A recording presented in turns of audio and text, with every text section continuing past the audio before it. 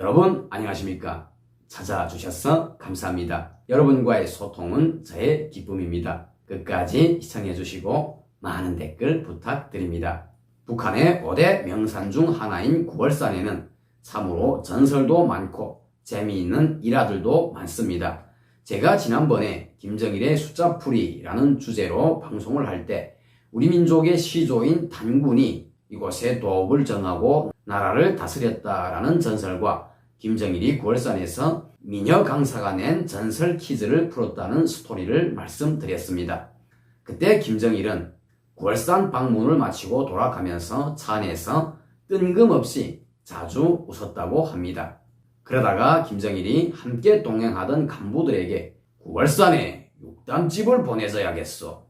역사연구소 사람들에게 지시해서 구월산과 관련한 재미있는 일화들을 다 찾아내라고 하시오. 그러면 구월산을 찾는 사람들이 즐거운 휴식을 보내게 될 것이요. 전설인 만큼 쌍소리가 들어가도 괜찮소. 라고 하였습니다. 육담이라고 할 때에는 한자로 고기 육자에 말씀 담자를 씁니다. 말 그대로 육신에 관한 이야기, 즉 음탕한 이야기입니다. 그리고 북한에서 쌍소리라고 할 때에는 우리 한국으로 말하면 19금을 의미합니다. 김정일이 미녀 강사가 낸 퀴즈를 19금의 성격으로 풀고 기분이 대단히 좋았던 것 같습니다. 그리고 거기에서 아이디어를 얻은 것 같습니다. 하여튼 김정일은 구월산에 육담집들을 선물로 보내줬고 미녀 강사들은 방문자들에게 김정일이 보내준 19금 이야기를 부끄러움 하나 타지 않고 웃으면서 하였습니다. 그 이야기들 중에는 색동저고리의 유래도 있습니다. 색동저고리의 본산지가 어느 나라인지는 저도 알 수 없지만 북한에서는 우리 민족의 고유한 전통 옷이라고 가르칩니다. 아주 먼 옛날 삼국 시기에 구월산을 끼고 있는 어느 한 동네에서 20대 초반의 이쁜 며느리가 시집에서 쫓겨나는 일이 생겼습니다. 이유는 아기를 낳지 못했기 때문입니다. 그래도 아들은 아내를 사랑하였기에 부모들 몰래 아내를 자주 만나곤 하였습니다. 부모들은 아들에게 새 색시를 얻어주었지만 새 며느리도 아기를 낳지 못했고 쫓겨난 며느리도 몰래 남편을 만났지만 임신이 되지 않았습니다. 아들의 부모들은 두 번째 며느리도 내쫓고 또 세 번째 며느리를 들이었습니다. 한편 아들이 제일 사랑했던 첫 번째 아내는 자기가 임신이 되지 않는 것이 너무도 안타까워 무당을 찾아갔습니다. 그 무당은 항해도 일대에서 제일 유명한 무당이었기 때문에 만나는 것도 하늘의 별 따기만큼이나 힘들었다고 합니다. 그리고 그 무당은 잘생긴 중년의 사나이였습니다. 무당은 여인에게 내가 하라는 대로 하면 반드시 임신이 될 것이요. 어느 날 몇 경에 구월산 암흑의 샘으로 올라가시오. 그리고 그 샘에 두 발을 담그고 하늘에 대고 아기를 낳게 해주세요 라고 큰 소리로 말하시오. 그 다음 내가 주는 이 천으로 눈을 싸매시오. 그럼 하늘에서 천사가 내려와 그대가 발을 담근 샘물로 씻어줄 것이요. 그렇게 7일간 반복하면 반드시 임신이 됩니다. 중요한 것은 천사의 말에 꼭 순종해야 한다는 것이며 만약 단 한 번이라도 불순종하면 그때에는 임신도 못할 뿐더러 생명도 잃게 될 것이요. 내가 방법은 다 알려주었으니 이제는 본인의 몫이요. 무당의 말을 들은 그 여인은 남편을 사랑하였기에 꼭 임신을 하고 싶었으며 다시 제자리로 돌아가고 싶었습니다. 여인은 무당의 말대로 무당이 정해준 날짜와 시간에 구월산에 그 샘으로 올라가 두 발을 담그고 무당이 준 천으로 눈을 싸맨 다음 머리를 하늘 향하여 들고 아기를 낳게 해주세요 라고 큰 소리로 말했습니다.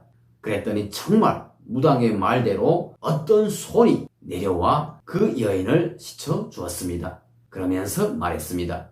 눈을 싸맨 천을 풀면 목숨을 잃을 것이니 절대로 풀지 말아라. 여인은 두려워서 그 천에 손을 댈 엄두도 내지 못했습니다. 여인을 씻어주고 있었던 손의 주인은 다름 아닌 그 무당이었습니다. 무당이 더는 못 참고 여인을 품에 안자 여인은 이건 내 남편만이 할 수 있는 건데요 라고 했습니다. 그러자 무당은 너를 임신케 하는 이 치료는 나만이 할 수 있다 라고 하였습니다. 여인은 순종을 안 하면 목숨을 잃는다던 무당의 말이 생각나 어쩔 수 없이 당하였습니다. 당하면서도 여인은 이놈이 그 무당인 줄 몰랐습니다. 정말로 무당의 말대로 하늘에서 천사가 내려와 자기를 치료해주는 줄로 알았습니다. 너무도 순진했던 그 여인은 꼭 임신하고 싶어서 무당의 말대로 7일간을 그렇게 반복하여 골산 샘으로 올라갔습니다. 무당은 마지막 날에 여인에게 임신을 하면 이곳에 다시 올라와 7일간 이 샘물에 발을 담그고 이번엔 눈을 싸매지 말고 그냥 감기만 하고 하늘에 대고 고맙습니다 라고 큰 소리로 10번을 외쳐라 라고 말해주었습니다. 어느 날 여인은 자신이 임신을 했음을 알게 됩니다. 그 여인의 남편은 세 번째 아내를 얻었지만 그 여인도 역시 임신을 못한 상태이고 그래서 여인은 남편에게 자기가 임신했음을 알리면 다시 사랑하는 남편과 살 수 있을 것이라고 생각하고 남편에게 자신의 임신 사실을 알립니다. 아내로부터 임신을 했다는 소식을 들은 남편은 너무도 기뻐서 첫 번째 아내를 부모님 앞에 세웁니다. 그러면서 말했습니다. 아버님과 어머님 몰래 제가 첫 번째 아내를 종종 만나서 잠자리를 같이 하였습니다. 그랬더니 아내가 임신을 하였습니다. 아들의 말을 들은 부모님들은 오랫동안 손주를 원했지만 보지 못했던 터이라 너무도 반가워서 환성을 올렸습니다. 결국 세 번째 며느리는 쫓겨나고 첫 번째 며느리가 다시 들어왔습니다. 그 여인은 자기에게 임신할 수 있는 비법을 알려준 그 무당이 너무 고마워서 임신 사실을 그에게 알리고 인사를 했습니다. 그리고 구월산샘에서 자기를 치료해준 그 천사의 말대로 7일간 올라가서 그 천사가 시켰던 대로 고맙습니다 라고 10번을 큰 소리로 외쳤습니다. 그런데 마지막 날에 누군가 그 여인을 와락 안았습니다. 여인은 천사님이신가요? 무당은 그래 맞아. 이제 눈을 떠도 된다. 여인이 눈을 떠보니 천사는 무슨 얼어 죽을 천사겠습니까? 그 무당이었습니다. 그렇지만 사랑하는 남편에게 돌아갈 수 있게 해준 그 무당이 너무 고마워 욕을 할 수가 없었습니다. 무당은 그 여인에게 훗날이라도 자기의 자식을 알아보기 위해 다음과 같이 말합니다. 아기가 태어나면 꼭 여러가지 색으로 된 저고리를 입히시오.